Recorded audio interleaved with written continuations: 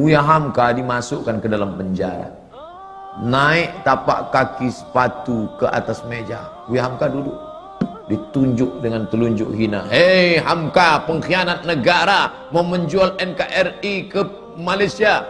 Sampai terlintas di hati Buya Hamka, nampaknya pisau silet di tepi penjara. Hamka ambil pisau silet itu, potong saja ke tangan. Tak ada gunanya kau hidup. Di Maninjau kau bergelar datuk, di Masjid Al-Azhar kau bergelar buya, doktor dari Al-Azhar. Tak ada gunanya kau hidup dihina. Itu saking sakitnya hati Buya Hamka, dituliskannya dalam buku Tasawuf Modern. Beli Tasawuf Modern. Buya Hamka ketika mau meninggal minta bawakan, nak tolong ambilkan Tasawuf Modern, aku mau mengenang sakitnya di penjara. Waktu sakitku makin parah, kata Buya Hamka, dipindahkan aku ke rumah sakit hadiah dari pemerintah Rusia di Jakarta, namanya Rumah Sakit Persahabatan. Disitulah Buya Hamka sampai akhirnya PKI tumbang dan Buya Hamka keluar. Buya Hamka tetap berdakwah, jadi imam ceramah. Ketika dia sedang duduk di rumah, datanglah orang membawa secari kertas. Assalamualaikum Buya. Waalaikumsalam. Tolong baca kertasnya. Apa isinya? Kalau aku mati nanti, tolong yang menyolatkan jenazahku adalah Hamka. Yang menyiksa, yang memenjarakan Buya Hamka selama 4 tahun itu akhirnya mati. Saya waktu itu penasaran, mau tak Buya Hamka ini? Mau tak? Mau Buya Hamka. Di situ kesal saya tutup buku itu. Kok mau dia?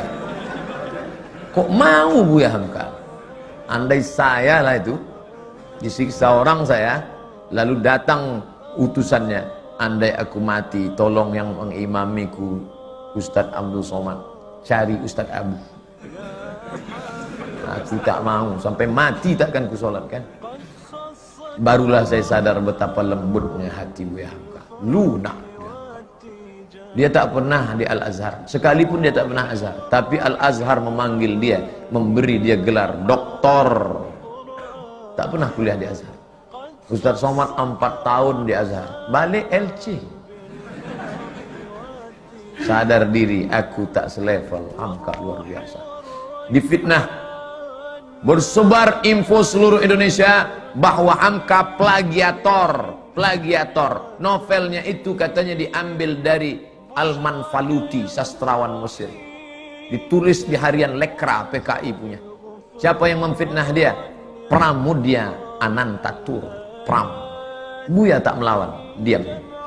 Akhirnya isu itu hilang, PKI jatuh, NKRI tetap tegak berdiri, dan tak lama sesudah itu datang perempuan bermata sipit dengan suaminya mu'alaf, mau masuk Islam. Assalamualaikum. Waalaikumsalam. Kamu siapa? Nama saya. Enggak. Dia mau masuk Islam. Kata Buya, kamu ni siapa? Saya disuruh ayah saya kemari Buya. Untuk apa? Supaya suami saya ni calon masuk Islam, belajar Islam sama Buya. Nama ayah kamu siapa? Pramudia Anantatur. Begitu cara Pram minta maaf. Dia tak datang ke rumah Hamka. Anak menantunya disuruhnya belajar Islam. Dan Hamka mengajar menantu Pram itu sampai paham Islam. Lembut hati Hamka. Padahal fitnah luar biasa. Andai saya lah jadi Hamka waktu itu. Datang orang mau belajar Islam, sampai mati tak akan kuajar. Kau cari aja ustaz lain. Itu ustaz di MDI 1000 orang. Di IKMI ada 600 orang. Panas hatiku. Karena kalau hati kita panas, ngajar orang tak betul. Bismillahirrahmanirrahim. Kita marah. Tapi ternyata marah Hamka itu melebur. Bersama apa? Maaf. Tak berkesan. Kalau masih berkesan, berbekas, bukan maaf. Saya maafkan dia Pak Ustaz. Tapi untuk datang ke rumahnya rasanya 2030 lah Pak Ustaz. Itu belum maaf. Tak ada contoh. Nanti kalau saya sebutkan Nabi, orang, itu kan Nabi. Saya sebutkan Abu Bakar, itu kan Abu Bakar. Mana orang kita? Hamka, kurang awak mana dari Maninjau. Bisa dia memaafkan. Luar biasa Haji Abdul Malik. Tapi jangan bayangkan Hamka itu tak pemarah. Hamka itu pemarah. Waktu dia pergi haji naik kapal, berhentilah kapal di pelabuhan Padang. Sampai di pelabuhan mau sholat, Ada pegawai kapal melarang sholat. Mau ngadu mereka ke Buya. Buya, ya ini ada pegawai kapal melarang sholat berjamaah. Katanya tak ada sholat berjamaah di kapal. Sholat aja di kamar masing-masing. Oh, bangkit Buya Hamka. Mana orangnya? Ini Amaang kurang aja, Apaang kurang aja, Datuk Niniang kurang aja. Itu asli, tak saya robah bahasanya.